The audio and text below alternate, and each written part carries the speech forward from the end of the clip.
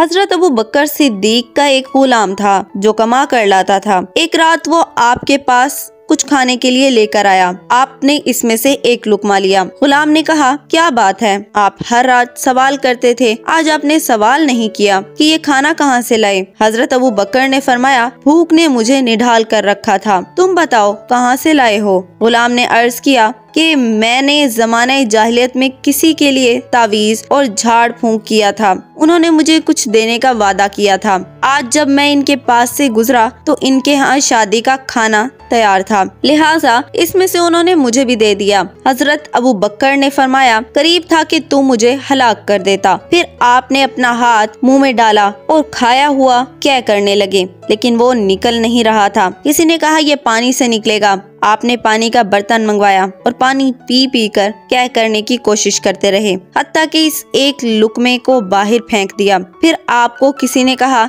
अल्लाह आप पर रहम फरमाए, ये तकलीफ इस लुकमे की नहुसत से पहुंची है। आपने फरमाया, अगर ये लुकमा मेरी जान लेकर निकलता तब भी मैं इसको निकालता। मैंने रसूल अल्लाह सल्लल्लाहु अलैहि वसल्लम से सुना है कि आप सल्लल्लाहु अलैहि वसल्लम फरमा रहे थे, हर जिस्म जिसने हराम से परवरिश पाई, जहन्नुम इसके लिए ज्यादा मुस्तहिक है। इससे मुझे खौफ हुआ कहीं मेरे जिस्म की मामूली परवरिश भी इस लुकमे से न हो जाए। एक मर्तबा हजरत ईसा अलैहिस्सलाम एक कब्र के पास से गुजरे तो देखा कि अजाब के फरिश्ते इस कब्र वाले को सजा दे रहे हैं। जब वो वापस लौटे तो क्या देखा कि रहमत के फरिश्ते आए हुए हैं और इनके पास नूर के ताक हैं। तो उन्हें बड़ा ताज्जुब हुआ कि कुछ देर पहले अजाब हो रहा था और अब ये रहमत का मामला। तो आखिर उन्होंने अल्लाह से दुआ की तो अल्लाह ने इनकी तरफ वही भेजी कि ए ईसा, ये शख्स गुनाहगार था और अपने गुनाहों की वजह से अजाब में गिरफ्तार था। इसकी अहलिया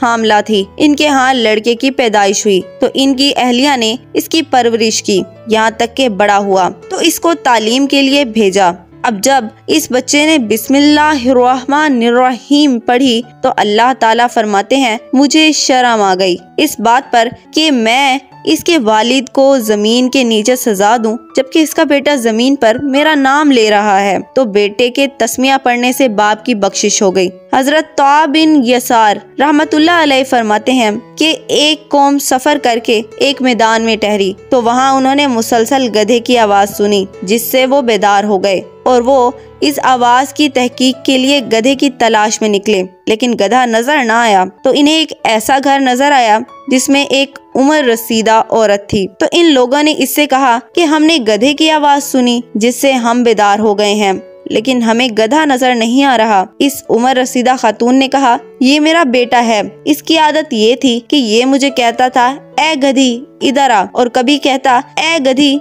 उधर जा। मैंने इसको बद्दुआ दी और अर्ज किया, ए अल्लाह इसको गधा बना दे। चुनाचा अब ये रात से लेकर सुबह तक गधे की तरह आवाजें निकालता रहता है। इस मुसाफिर कौम के लोगों ने इस औरत से कहा, हम इसे देखना चाहते हैं, हमें इसके पास ले चलो। जब ये लोग इसके पास गए तो क्या देखते हैं कि वो कब्र में है और इसकी गर्दन गधे की गर्दन की तरह है।